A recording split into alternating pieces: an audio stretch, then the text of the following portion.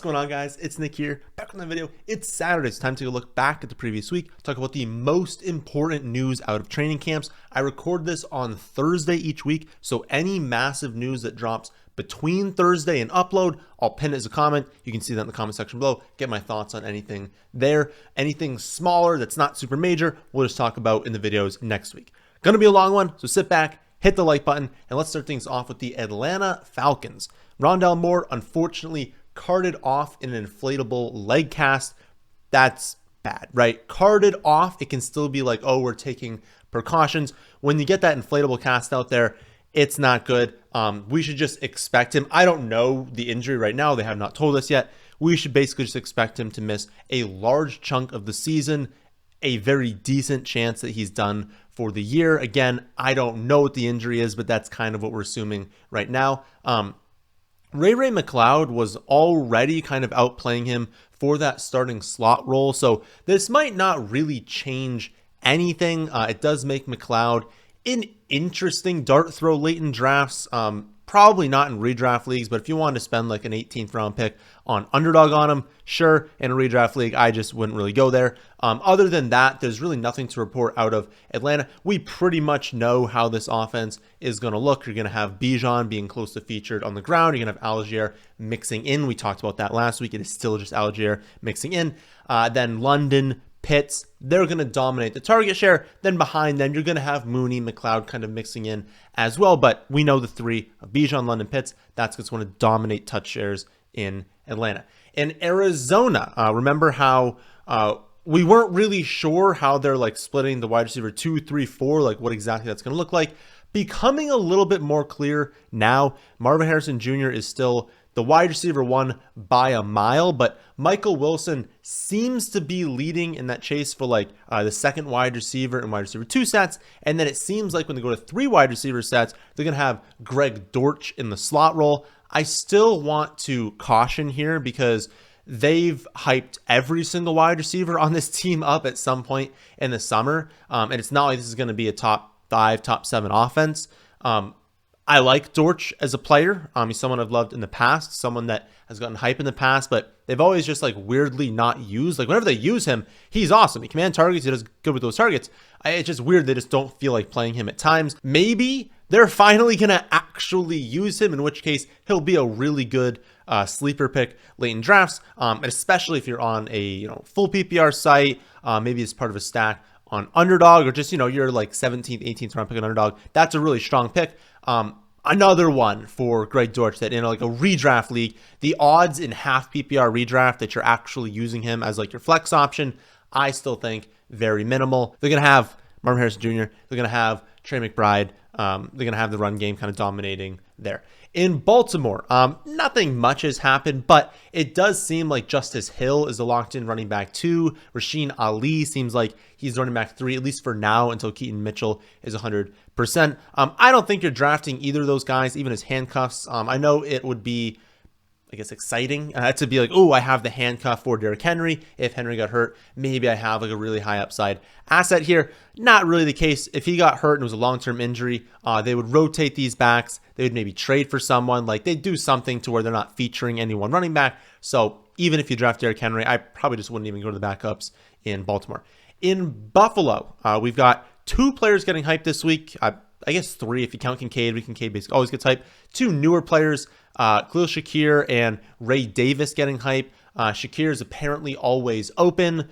Ray Davis has looked really explosive. Although from what I can gather from Ray Davis, everyone's saying he looks explosive, all referencing one big play that he had in practice. So I'm assuming that hype is largely overblown.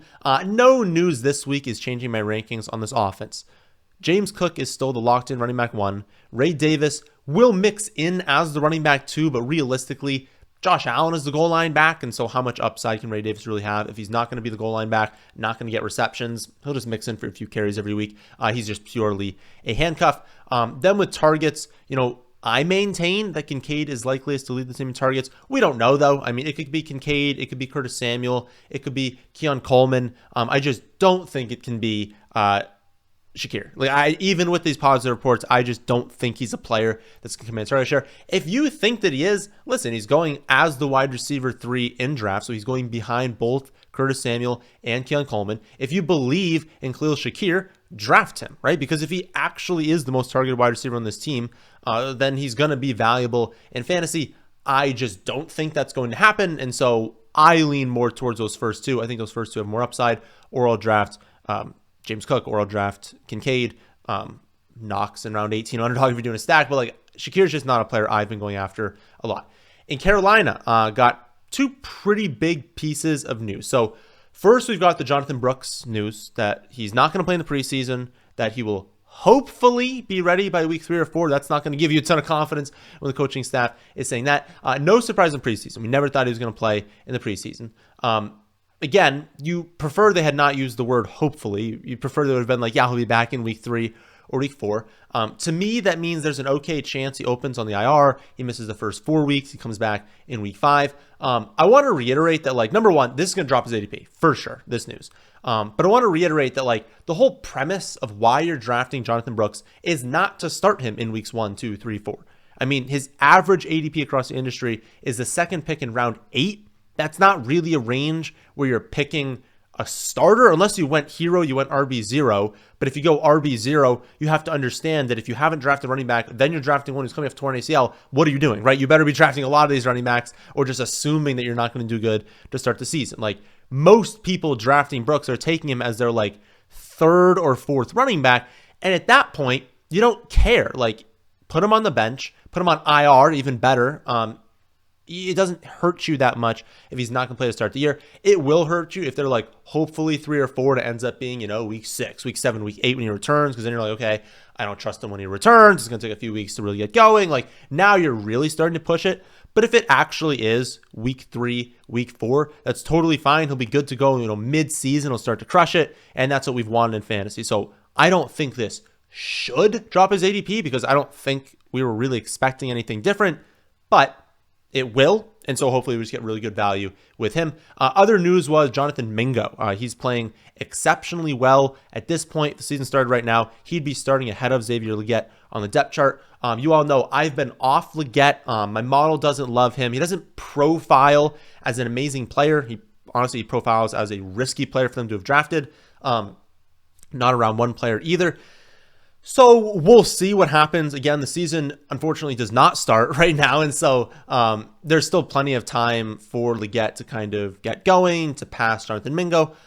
I think maybe this is just us being like, you know what? Positive for the Panthers offense, right? Obviously negative if you like Mingo, or if you like Legette and you drafted Legette in like Dynasty, you've taken him so far a ton on Underdog, something like that. But this is just a positive for the Panthers being like, you know what? If we know Deontay is good, if Mingo can be as good as people thought he could be last season, and then you can get Legette kind of putting it together later in the season, maybe this team can get going. They can't be the dumpster fire they were last season. I'm very interested in like Deontay, Mingo, Young stacks. You can get that super cheap on Underdog. But yeah, if we're thinking about Jonathan Mingo, Underdog's probably the place for him. I don't know about in Redraft if we're really going to Mingo this season.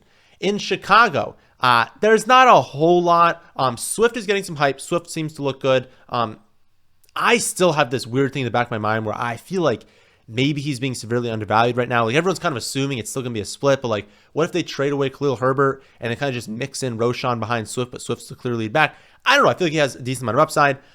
Some reports that Caleb is struggling a little bit, but he's a rookie. I mean, he's already locked in to start week 1.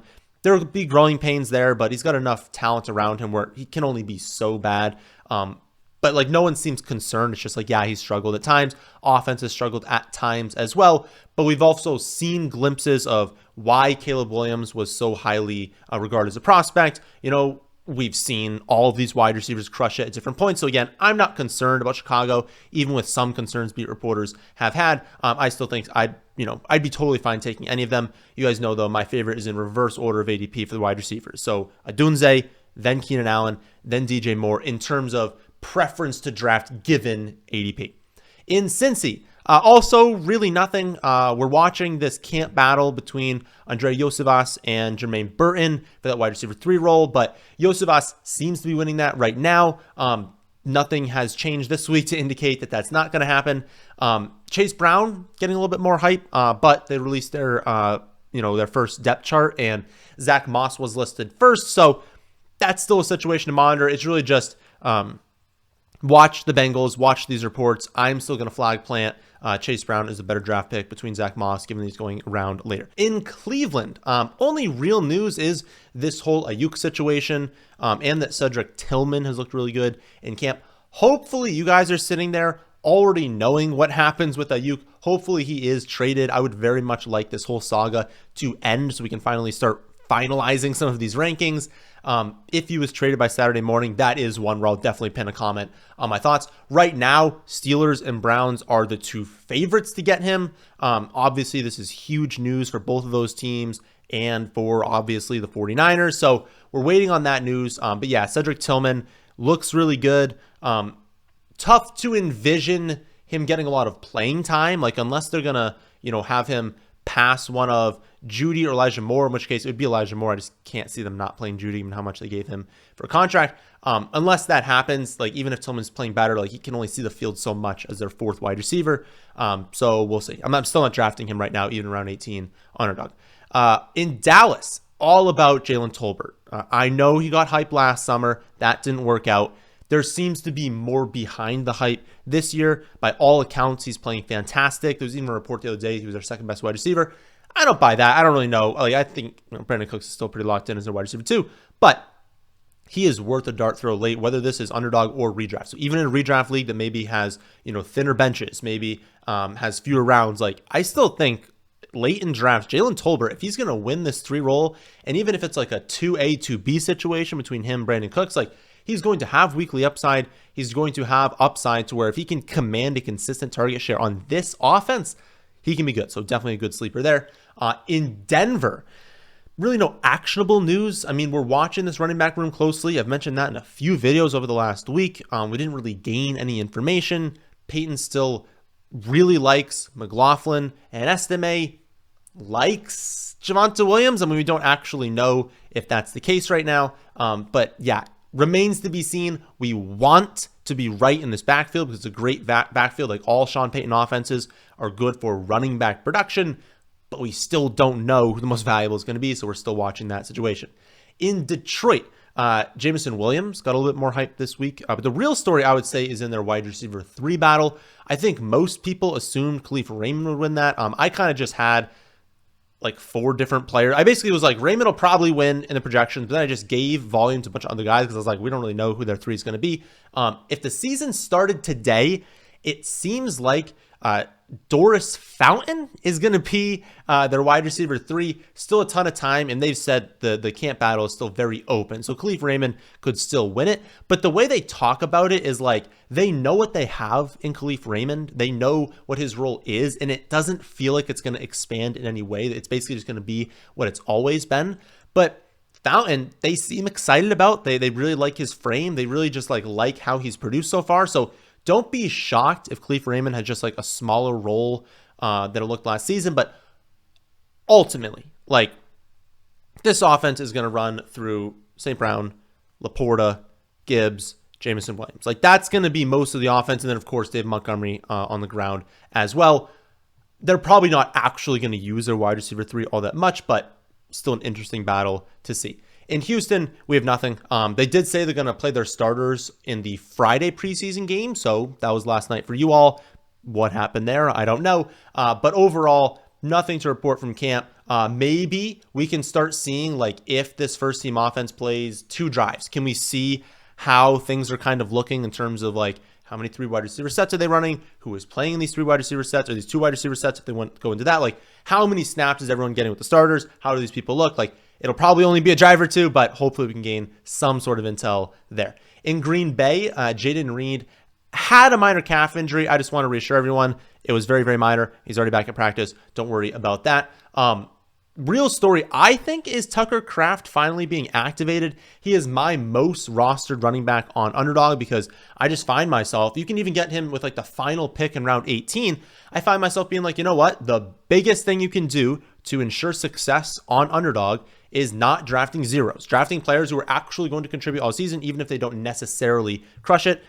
I really think Tucker Kraft is going to be on the field a ton, be rotating in and out with Musgrave. They're going to run a ton of 2 tight end sets as well. And I think they really, really like him. Does that mean he's going to be a monster? No. But he also has the upside that if Musgrave got hurt, he's playing 98% of snaps. And so I don't think you're taking a 0 with him to get a late 18th round pick on your 3rd tight end and to know you're not taking a 0. I think that's really valuable. I love taking him late, so I'm happy he's being activated. And then nothing else really has come out. Wide receivers looking at big rotation. Jacobs is locked in running back 1 if he can stay healthy. I still want all the Jordan Love I can get this season. In Indy, unfortunately, we've got some pretty big injury news. Josh Downs has a high ankle sprain. He's going to be out 4 to 6 weeks. 4 weeks would put him on track to play in week 1, but not really in time to practice a ton for that. 6 weeks is more returning in week 3, but again, no practice time there. So my guess is somewhere between week 2 and 4. Could be a situation where they throw him on IR, they make sure he's 100% to go coming back in week 5. Kind of brutal because he was having such an amazing camp and he was setting up for an awesome season. High ankle sprains are the worst, at least the worst like non-long-term injury. Obviously, a torn ACL is much worse than a high ankle sprain, but they're the worst because it can impact you all season. People can always return too early from it, and the re-aggravation rate is relatively high.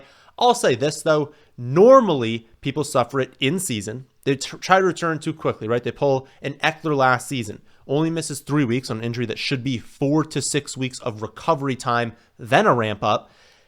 Comes back, he's not hurt, or he's not healthy. He's basically effectively hurt all season. He's a shell of himself. That's what happens a lot. People just try and come back too early because they're like, I got to get back onto the field. Honestly, I hope they put him on the IR. They give him a full 8 weeks to recover, and he actually is 100% in week 5 because he'll be really good in this offense if that happens. And where we draft him in fantasy, we don't need him for the first 4 weeks. So we don't care if they actually do that. Unfortunately, I feel like what happens a lot in the NFL is that they don't do that, but we'll end up seeing there. Obviously, you have to move him down the rankings. I've done that. I've moved A.D. Mitchell up as well, basically kind of close to back up to where I had him before we had all these reports that Josh Downs was tearing up camp. I'm just very curious to see how the market reacts. We probably have to wait about a week to see how ADPs change. But yeah, I'm curious to see how far these two move. In Jacksonville, even more Tank Bigsby hype. I truly don't know what to make of this at this point. I feel like we just need to see him in the preseason, see the hype with our own eyes, and be like, oh, wow, he actually does look good. But again, he was so bad last season that it's very difficult to really buy in. If you think he's actually going to walk into week 1 as the only backup, though, the only player they're going to give touches to besides Travis Etienne for the running backs, then his current ADP at pick 200 on Underdog, round 24 plus in redraft, is not being drafted at all, is obviously way too low. I still remain skeptical, though. In Kansas City, the wheels continue to be up for Isaiah Pacheco. Andy Reid was asked who he envisions playing on third downs with McKinnon gone. He said, quote, Isaiah Pacheco is ready to do all of that. He's good with the protections. He's good with technique and fundamentals. He can run all of the routes, and he's got good hands.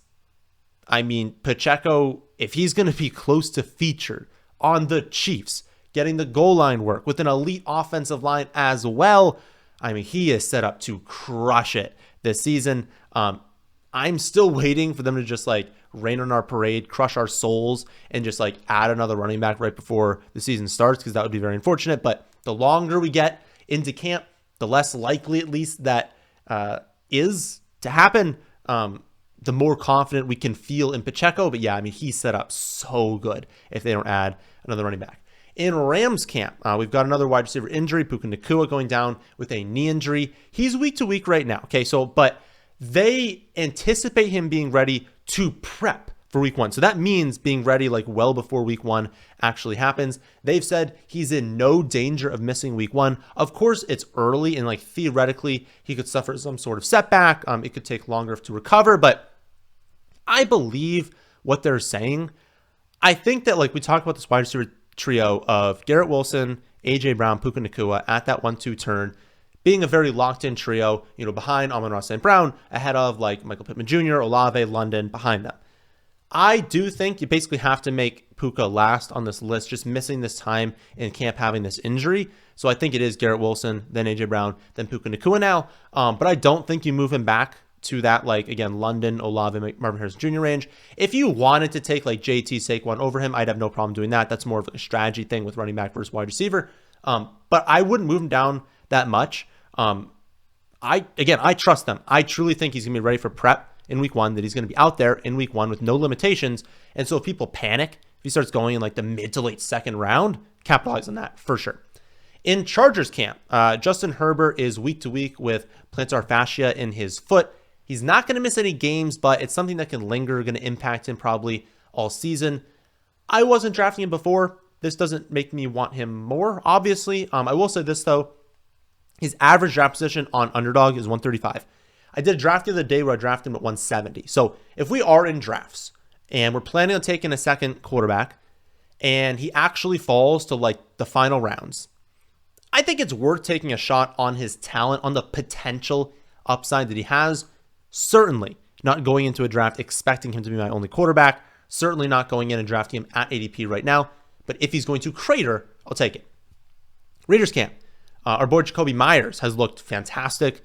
Opened last season really hot. He was actually the wide receiver 14 through week 7. Tapered off a bit, but he had 807 yards, 8 touchdowns, 25th in half PPR points per game last season. I don't know that he'll be a league winner, but his ADP is wide receiver 54. That's a complete joke. And it's a complete joke also when you add in, like, they've said they're not going to trade Adams. Would you be shocked if they traded Adams to the Jets? Would you be shocked if the 49ers end up doing this trade with Ayuk for the Steelers? The Steelers aren't going to give them George Pickens, so they're going to have to go there and get someone because they're not going to go into the season with Debo Pearsall as their 1-2. They are going to trade for someone. Would you be shocked if they went after Adams? Like, I still think there's a world where Adams is not on the Raiders this season. And if that were to happen, oh my goodness. The value you are getting at the wide receiver 54 on Jacoby Myers is insane. In Miami, nothing much. Malik Washington, Jalen Wright have both looked good. They're both players I really like. Players I thought went probably a little bit too late. More Malik Washington probably went a little bit too late in the draft. I think Jalen Wright probably went where he should, but players I really liked. I think if they get the opportunity, it can be great. Don't know if they're actually going to get it this season. Probably not. But players that if they do, keep an eye or keep a mental note of both those players, Malik Washington, Jalen Wright. If they get the opportunity this season, they could be really, really good in fantasy.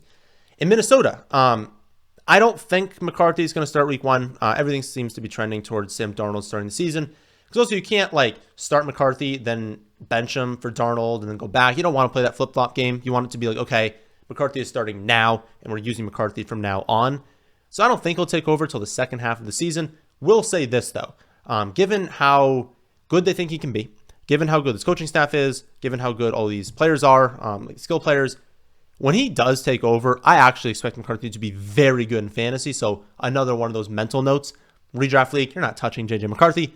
If we get into like week 6, week 7, remember this. Remember that like if they're like, okay, he's starting from now on, he might be someone we're actually leaning on. Also mentioned last week, a very small note. Naylor seems to be the locked-in wide receiver 3, at least right now.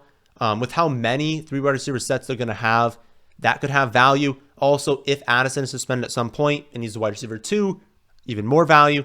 I don't know what's going to happen with Addison. October 7th is court appearance, so nothing's going to happen before then. If this is resolved quickly, then he could be suspended later in the season. If it's not, if it's pushed off, which is probably in Addison's best interest to push it off, then maybe we're looking at 2025 for suspension. So I feel like it's 50-50 right now if Addison's going to be suspended in 2024 or 2025, which is not the Rashee Rice situation. Rashee Rice, I put it at like 90%. He's suspended in 2025. But with both, we don't technically know. But yeah, I think Addison, it truly is 50-50. If it happens this year, it's going to happen later this year. In New England, nothing notable. Some of these young players are having good days, making some plays. But at the end of the day, they're the favorite from the number 1 pick in the draft. They have the lowest projected team total every single week. Like, treat them as such in fantasy, right? In New Orleans, as of recording this, Kendra Miller has still not practiced. His ADP has tanked, rightfully so. But, given the potential talent that he does have, we are starting to get to a spot where it's like, if he's free, maybe take a shot on it. Don't think they're going to cut him I think that was more just the coach kind of being like, trying to light a fire under him and being like, could you please get on the practice field? He's not yet though. So if, their patience runs out, if they cut him, someone's going to sign him. It'll probably be a better situation. So either he gets healthy and he likely, if healthy, is the running back 2 on this team and has a theoretical chance to out-touch Kamara on the ground, not through the air, or he gets cut and he goes to a better situation. So I don't know. Maybe he just can't stay healthy and he'll be out of the league in 2 years, but there's upside here. And if you're going to get him in round 17, 18, to me, worth a shot. Not something you want to consistently do because he could literally just not play this year. But if you need a running back in that spot, there are definitely worse picks to make.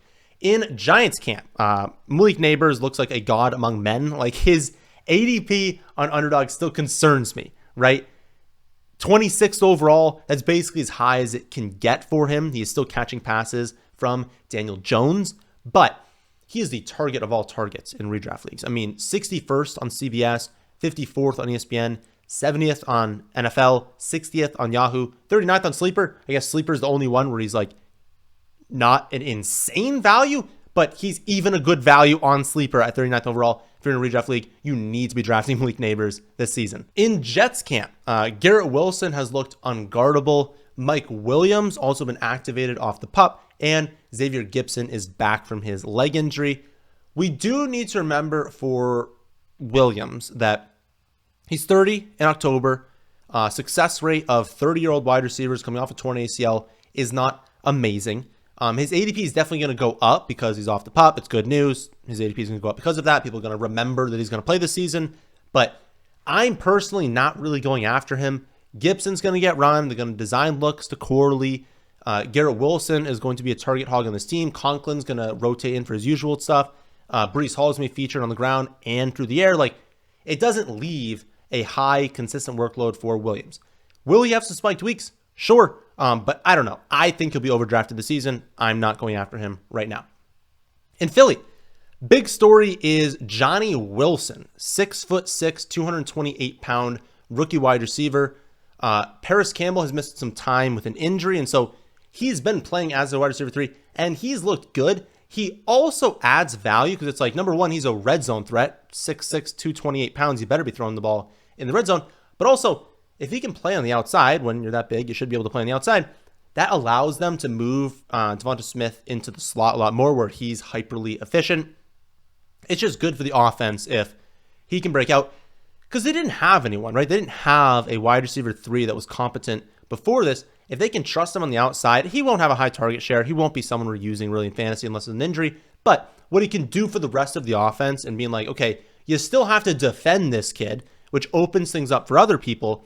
And it allows us to play Devonta in the slot more, who doesn't need to be in the slot, but pretty much everyone is more efficient in the slot. It's just good news for the offense overall. That has had some negative.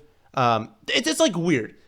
Philly, some beat reporters are just singing the praise of Jalen Hurts throughout camp, being he's playing amazing, best camp we've ever seen. Then we've seen other reports that are kind of setting the stone for throwing their coach under the bus, that maybe they're not going to have an amazing season. So mixed reports, but overall, I still expect this offense to be very good, at least in fantasy. In Pittsburgh, we'll see. So again, the big news is they're the current favorites to land Ayuk. I don't know what's going to happen. Hopefully you do. Again, we went over that before. That's going to have a big impact on the offense. Until we see the trade, though, it's all just rumors. I don't know what's going to happen. Obviously, if they get Ayuk, Pickens' value is going to tank. Don't think it impacts the running backs all that much. If anything, the offense will be better, and maybe it's a positive thing for the running backs. But I would say Pickens would tank. Pat would move down a bit because right now his value is higher because people think he can be the second most targeted player.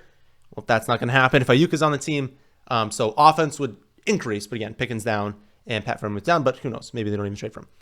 In San Francisco, McCaffrey has a calf strain. He's not going to play in the preseason, but it's worth noting he wouldn't have. This isn't them being now he can't play in the preseason. If he were fully healthy, he would not play in the preseason. We don't really know the full extent of the injury. He's got time, but it's not great seeing a calf injury. They don't seem super alarmed, though. One other note is that they have that battle with Jordan Mason and Elijah Mitchell, who's going to win the running back 2 job, which is important, especially if you draft McCaffrey, who's already injured. You want to have that handcuff running back 2. they've been competing. We don't yet know who the running back 2 is. Mitchell has a hamstring injury now, so maybe we are going to get into a situation where Jordan Mason does take over, does win that running back 2 job, and he'd be the person we're drafting as a handcuff. But we got to know that news. We got to know who's going to win that, because right now we don't, and we really want that handcuff in fantasy. But yeah, that news, and then also, of course, Ayuk, him being traded away, not knowing what they're going to do. If they do the trade with Cleveland, they'll get Amari Cooper back in the deal. If they do it with the Steelers, they're not going to get Pickens. And so, again, rumors it could be Devontae Adams, but at this point, we do not know. In Seattle, Noah Fant has a foot injury. It seems super minor. They don't seem concerned. He's like out there. He's not playing yet, but I don't know. I don't think he's going to miss much time. I think he'll be fine. Geno Smith also returned to practice, so don't worry about his hip injury. Ryan Grubb has also been hyping up Ken Walker. That's a positive. I really like Ken Walker. I do think he's better than Charbonnet. Seattle remains one of my flag plants. Obviously, KC, Detroit, Philly, offenses that are obviously everyone knows are going to be great. Obviously, I like them as well. But I would say the Packers and the Seahawks are two that I think are going to exceed people's expectations. And so I would be trying to invest in both those offenses. In terms of my favorite guys to draft on Seattle, given ADP, I would say it's Ken Walker, then JSN, then Noah Fant, then Metcalf, Geno Smith, Tyler Lockett, and then Zach Charbonnet. Again, there are no voids on this team, but those would be my preferences given ADP. In Tampa Bay, rookies Bucky Irving and Jalen McMillan continue to get a lot of hype.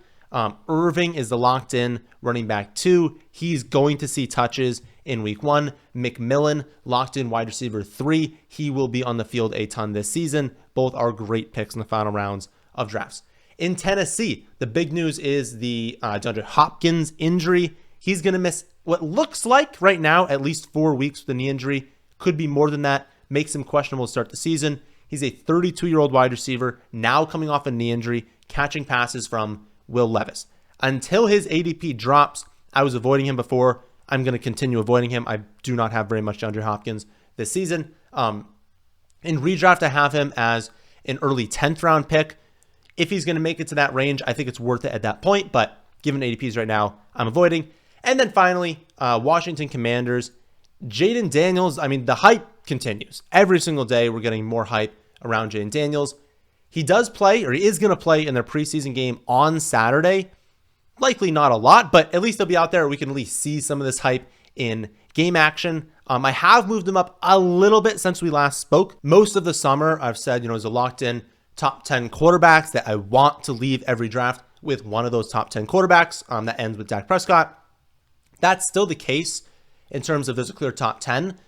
Even with moving him up in the projections, he's still, I think, 12 or 13 points behind Dak Prescott. So there is a tier break there. But I think my new rule is going to be 11. So I think my new rule is I want to leave every draft with a top 11 quarterback. I am now fine if you want to leave with Jaden Daniels, given the amount of upside he has with his legs, given how good he seems to be as a passer already, given how bad their defense is, how fast they're going to play. I think he has significant upside in fantasy. So those are the biggest bits of news this last week. If you watched this far, please leave a like. Really helps me out. And if you're new here, welcome. We've got a new video dropping every single day, so why not subscribe? It is completely free. That, my friends, is the end of this one, and thanks for watching.